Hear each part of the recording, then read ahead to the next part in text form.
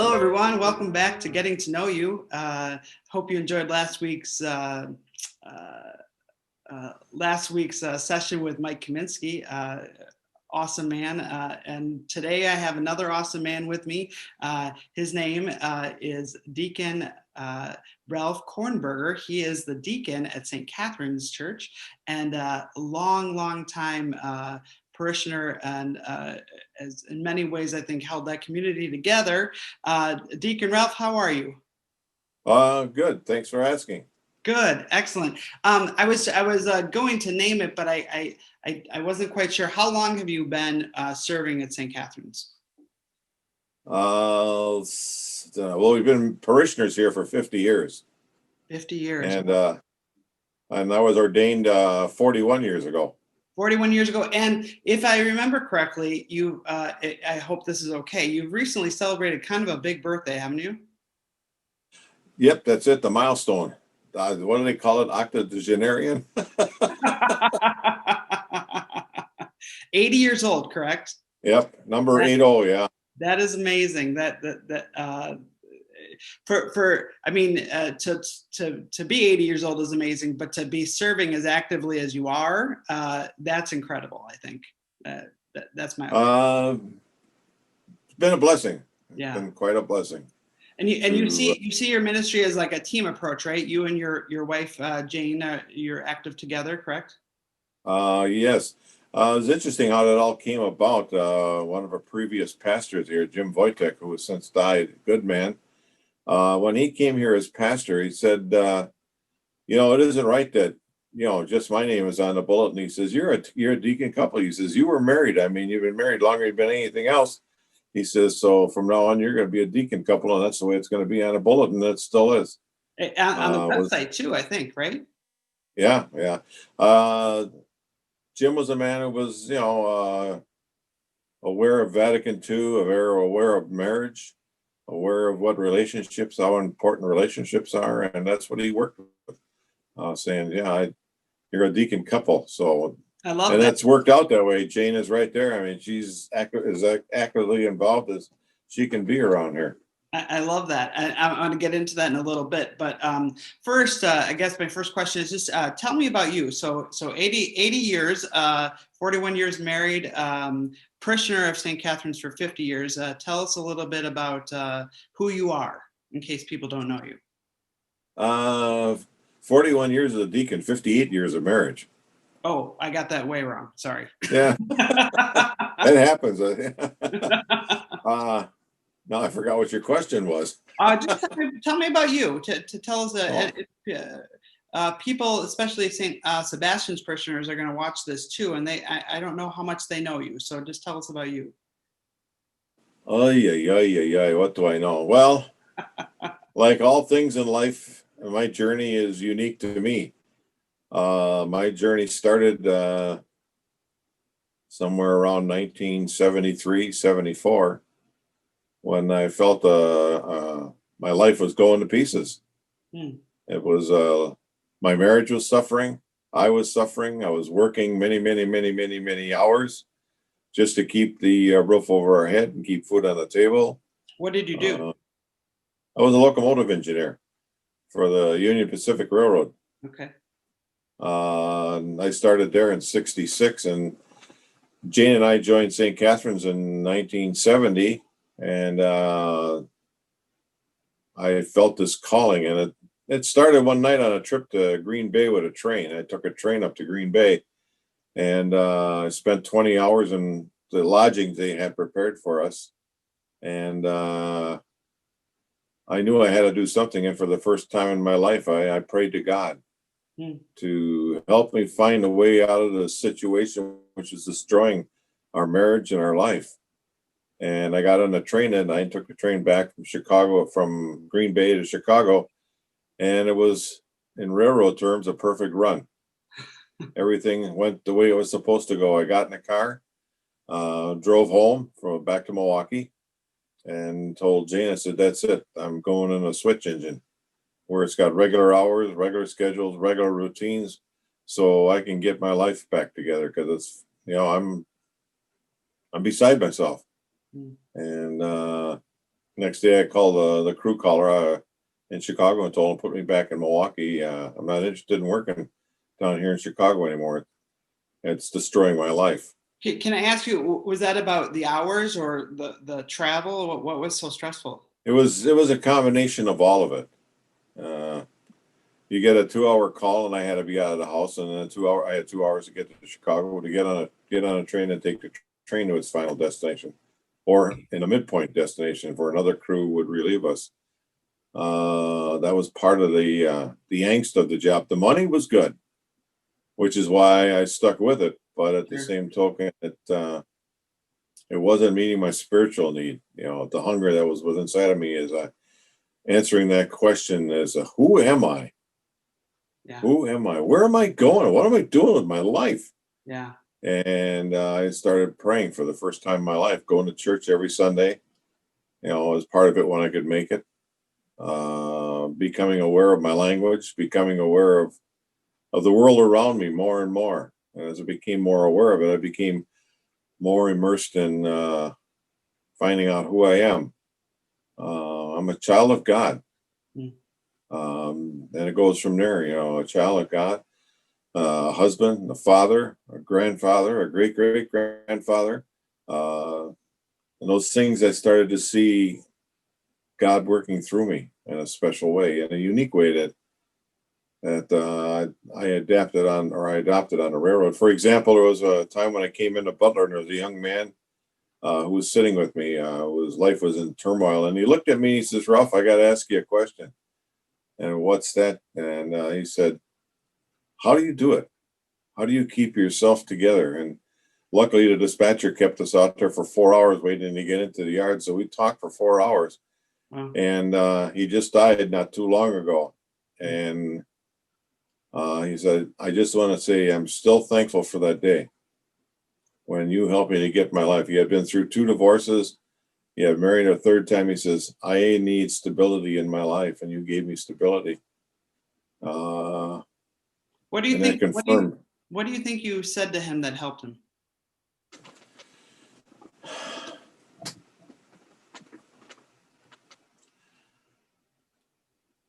I don't know if I could recall the words, but it was a heart-to-heart talk. Yeah. It's the kind of talk that you talk only in safe places, That makes where sense. you don't get pulled down for what you're saying and what you're talking about.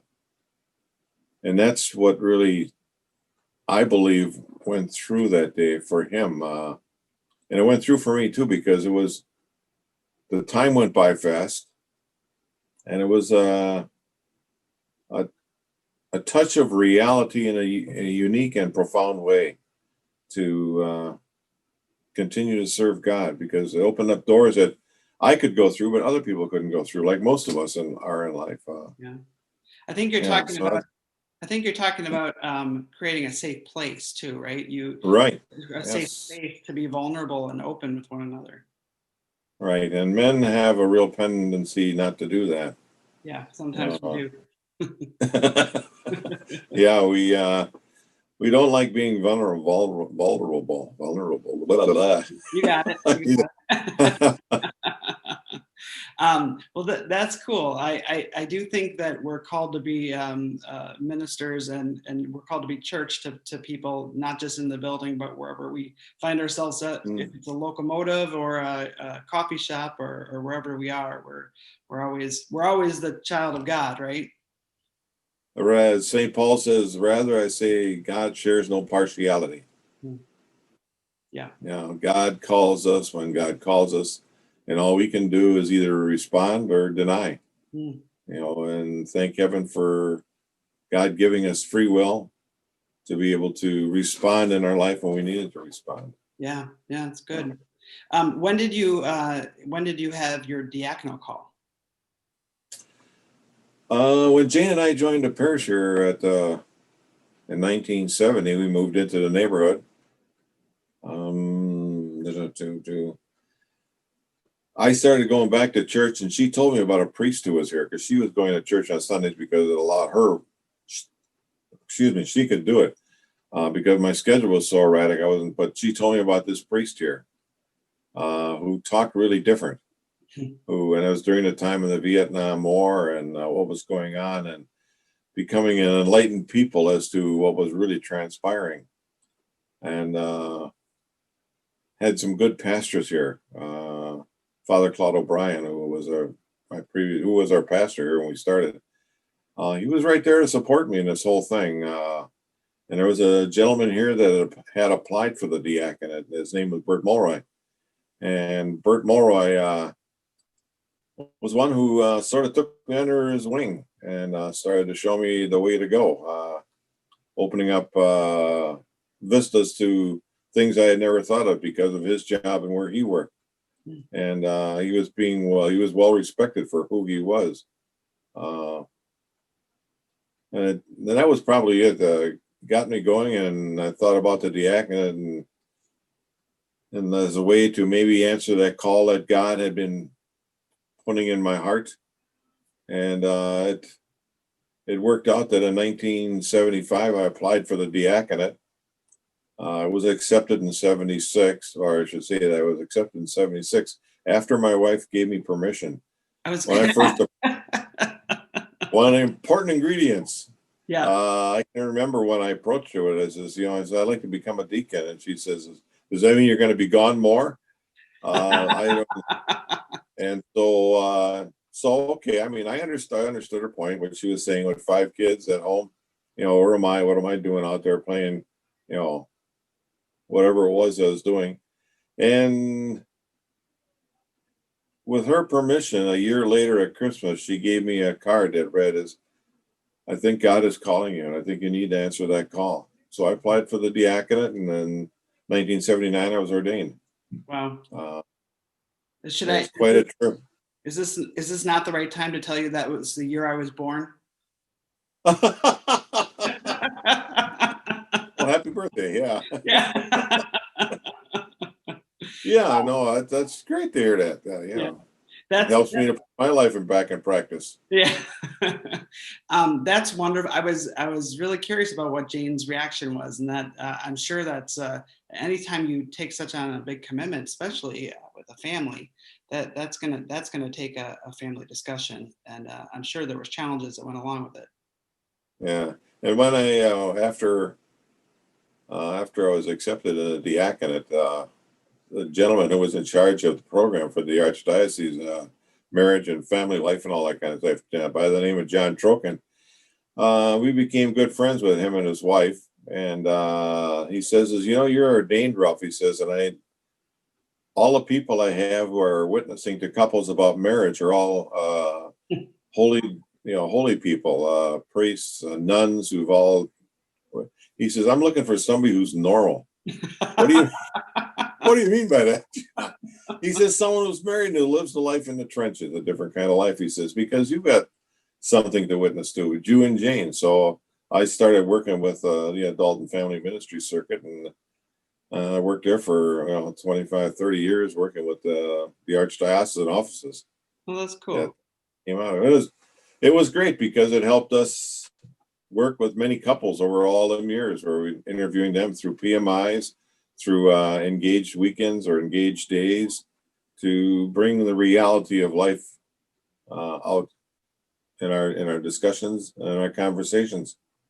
And those were enlightening times because we had to deal with people who were coming from all different places. Absolutely. On their faith journey. And how do you learn to let the door open and let the sunlight in? It's a good way to say that. And how powerful that was for us, for the two of us to work with that. And you mentioned Mike Kaminsky before, and I can remember when Catherine's and Sebastian's took it upon themselves to take care of those days and everything. And Mike is a great believer in the sanctity and everything of marriage. He has a good background, a good theological background to present to people. So we just continued doing it for a while until the archdiocese was looking for change. Yeah. And then they changed the program around then. And, process is a little different now, but my wife and I also have been able to do a little marriage prep, but also a lot of baptism prep. And I'm sure that you and Jane would agree with this. Every time that you have the privilege of working with a couple, it feels as enriching to you as it is to the people you're working with. I think we always got so much out of doing the processes like that. Oh yeah, yeah. It's beautiful to see and to watch them become mature adults, leaders in their respective, places wherever they're at, Yeah. and keep touch with them and hear what's going on in their lives. Yeah, absolutely. I don't want to. You said something ways back. I don't want to totally miss. You said you were a father of five, a grandfather, and a great grandfather. Yeah. How many grandkids do you have? How many great grandkids do you have? Well, we got 6 kids, and we've got 15 grandkids. Wow. and And great needless to say, and a great grandbaby. yeah, yeah, 2 boys, Of course. Levi and Brady. Wow. How old are they? Baseball. One's 10, the other one's 8. Wow. Very cool. Very cool. Oh, that's cool. Very cool. Yeah. Yeah. It's a whole new experience seeing it all from a completely different perspective. Yeah. I'm sure I've said this before, probably on the series, but my mom always says that God's love is like a grandparent's love, because you don't have the expectations a parent has. You just have that unconditional love for that grandchild. You hit it on the head. Yeah. That's it. Now that was That's exactly what it is. Yeah.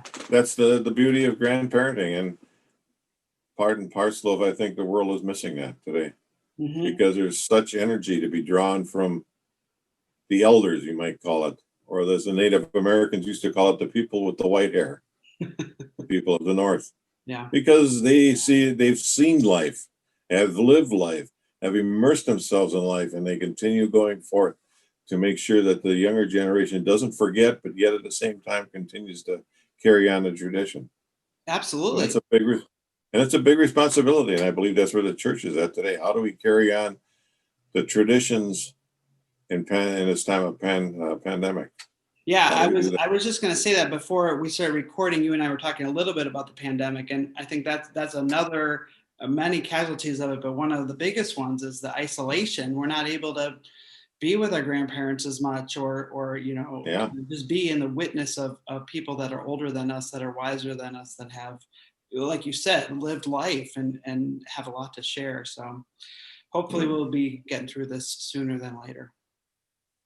And we're going to learn from it.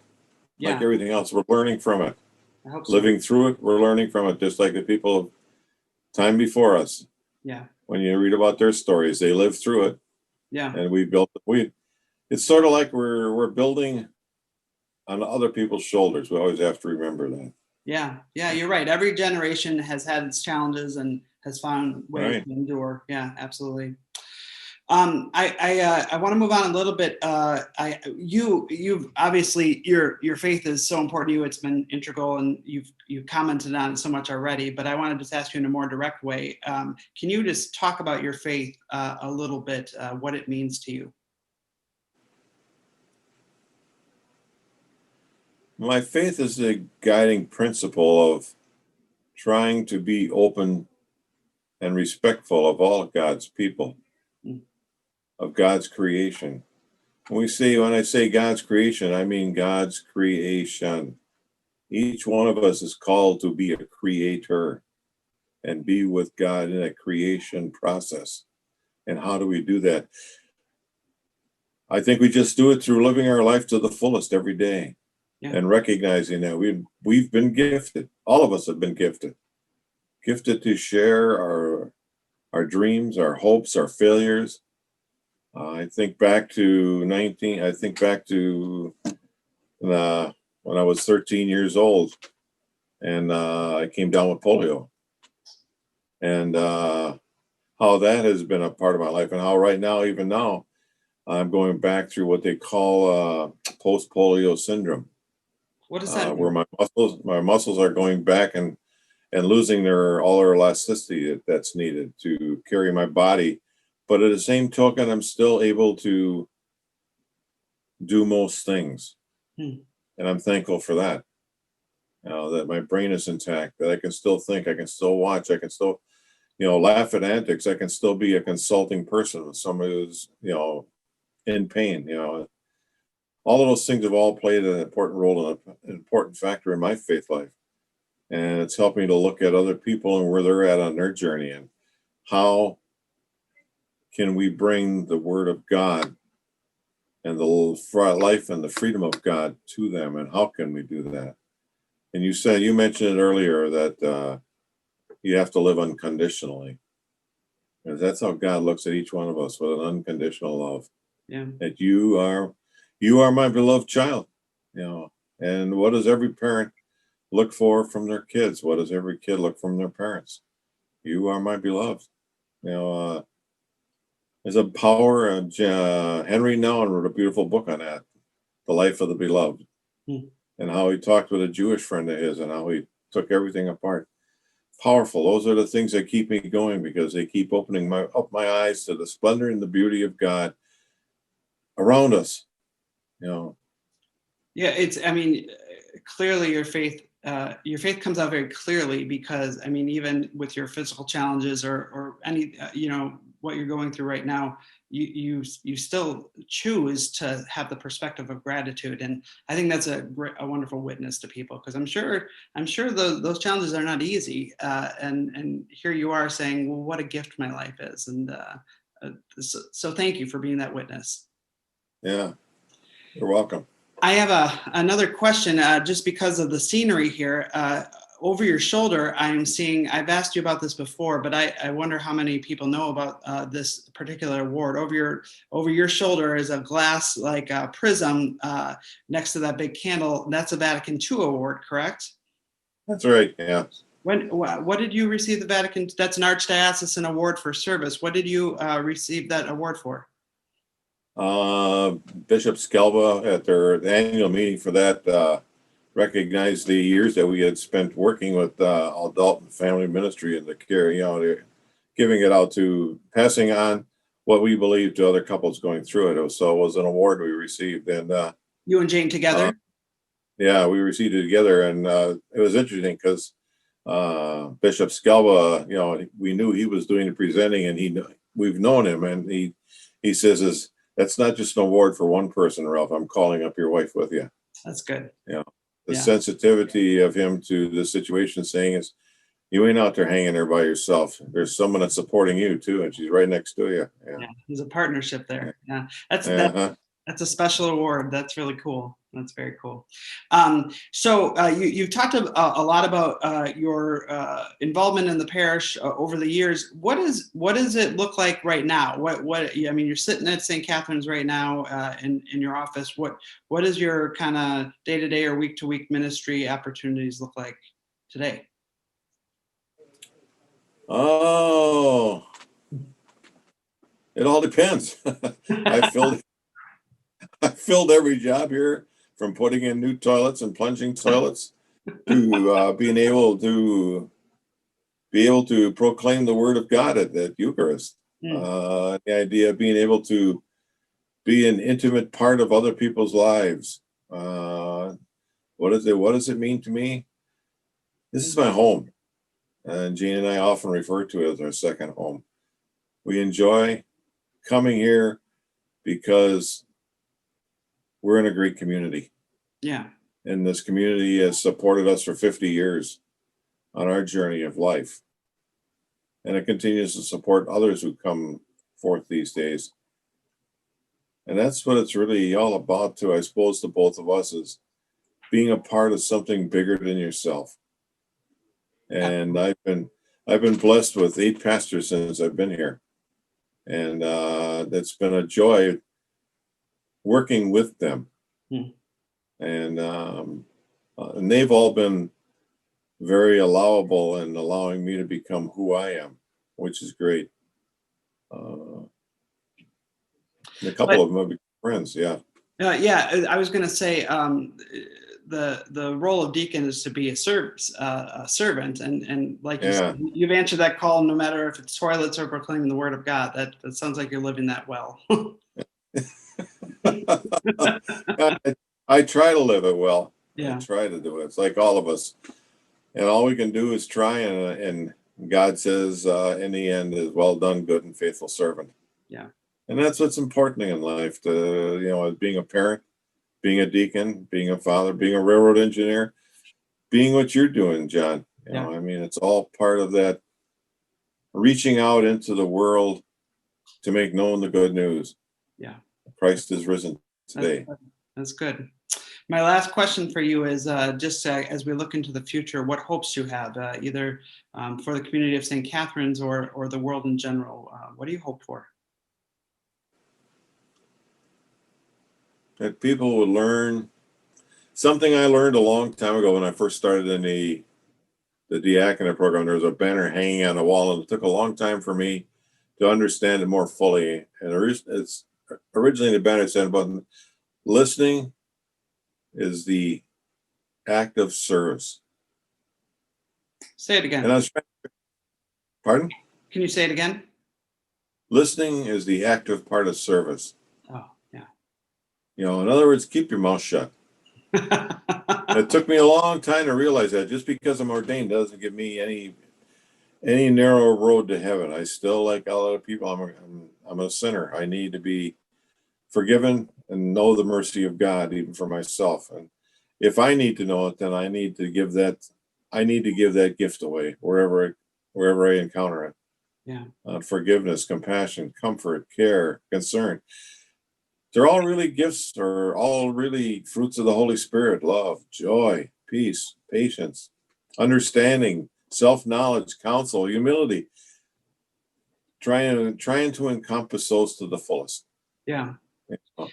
And my hope is that we continue to listen to each other. I think it's wonderful. It's a wonderful hope and wonderful advice. Is that you're right. We tend to talk over each other, and kind of one of the hopes of these interviews is that we just get to hear each other. We get to take 20 minutes to get to know Ralph Kornburger, get to know Mike Kaminsky, get to know, Father Peter Patrick, whoever we're interviewing at the time, get to hear their story a little bit, because we make a lot of assumptions about people, but we don't always take the time to really see and hear someone. Mm-hmm. Yeah. We don't. That's true. Very true. Yeah. But that's the greatest. Go ahead. No, that's just a great part of life. Yeah. Is being able to meet other people who are open to the presence and the power of the Spirit. Yeah. Absolutely. That's a great place to stop this. Deacon Ralph, I want to thank you so much for doing this interview with us, and continued blessings on your family, but also your ministry to St. Catharines. Thank you so much. Well, thank you for asking me to do it. Been good to go back and live it over again in a sense. Well, good. It was fun for us too. Yeah. Have a great day. Thank you so much.